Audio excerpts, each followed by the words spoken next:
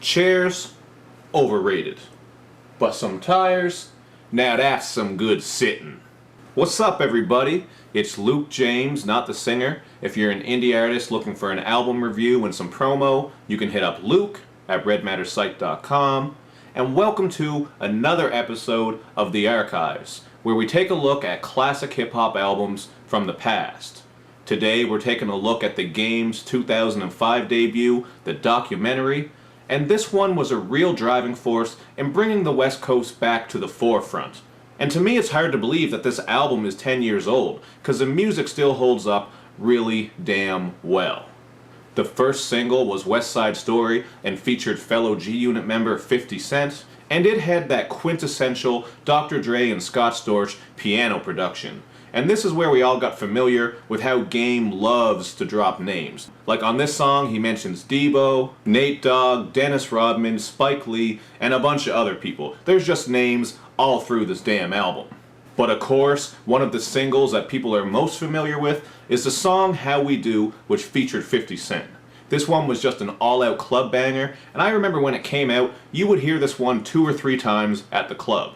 And then 2 or 3 times at the after party. And then you'd probably hear it in the taxi or the car on your way back home. This one just got all kinds of play. And the same thing can be said about Hate It or Love It, which also featured 50 Cent. On this one, 50 and Game's introspective bars really matched up with the triumphant Cool and Dre production. And the hook was very simple and catchy, so it stuck in everybody's head. Not to mention that everybody was laughing when this came out because of 50 Cent's opening verse, where he said that he grew up confused because he was seeing his mama kiss a girl. Which, I guess on our part, was kinda immature, but it is still kinda funny to picture a young 50 Cent confused over such a thing. Mommy, why are you kissing a girl? Now I'm about to really focus on the production on this album for a minute, because Game got some straight up heat for this album. And it wasn't just from Dr. Dre, although he put in a lot of work, including on the next snapping single Higher, and also on the Mary J. Blige assisted track Don't Worry, which to me always came across as one of those classic 90s rap and R&B jams, which is obviously a good thing. And on the topic of 90s rap and R&B jams, the Havoc produced song I Don't Need Your Love had a very similar sound, and it featured the songstress Faith Evans. Game also took full advantage of Kanye West's skill and popularity at the time, and he got some really great sample-based production from him for the song Dreams, where Game showed that he wasn't just about that gangsta shit. He spit a little bit about his trials and tribulations, and once again, he was dropping names all over this damn song. But the line from it that always stuck out to me was when he said that anything is possible if 50 Cent could fuck Vivica Fox, which he did, so I guess anything is possible. Or in the words of Kevin Garnett, anything is possible! I would have yelled that much louder, but, you know, I'm in an apartment, and I'm pretty sure my upstairs neighbors already think I'm a creep.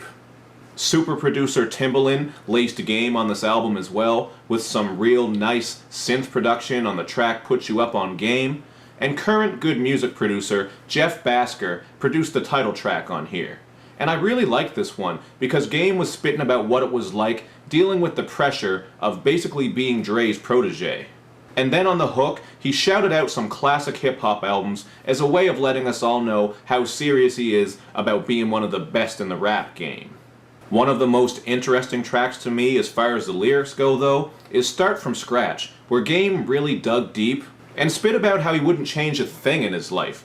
This one also had some gloomy bell production from Dr. Dre and Scott Storch, and some great vocals from Marsha Ambrosius to make this a very cohesive track overall. Now, one of the things that has always stuck out to me about this album is the Game's versatility. Like, I've never considered him to be a tremendous lyricist, but he was more than holding his own on these beats, and he brought a variety of sounds here.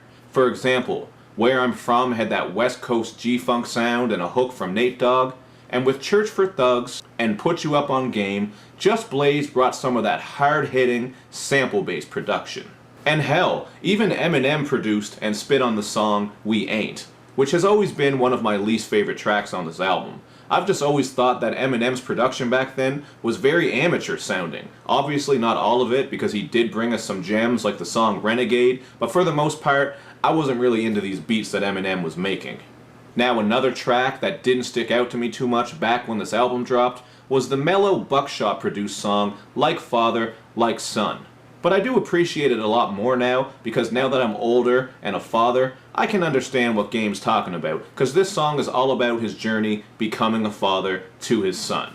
And it also features Busta Rhymes on here, but all he does is the hook.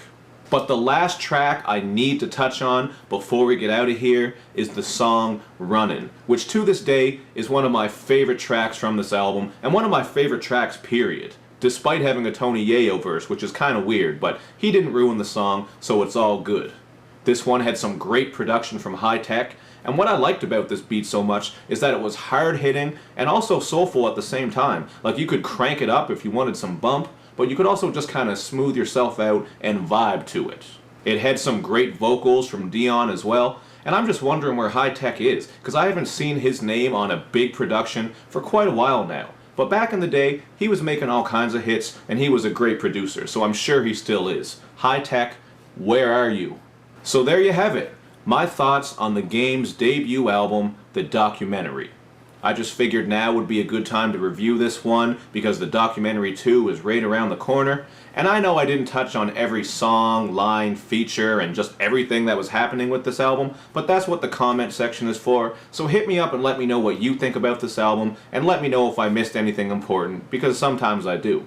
Really though, the only song that I didn't touch on is Special, featuring Nate Dogg. And that one's not bad, but it didn't really blow me away, and Nate Dogg's feature on here isn't considered to be one of his best. But that's just what I thought about this album. Like I said, hit me up in the comments section to let me know what you boys and girls think, and do all that good YouTube and social media stuff, where you like my videos, you share them, you follow me on Twitter, you retweet the videos, and you especially subscribe to my channel. Thank you for watching, everybody. I'll see you next time.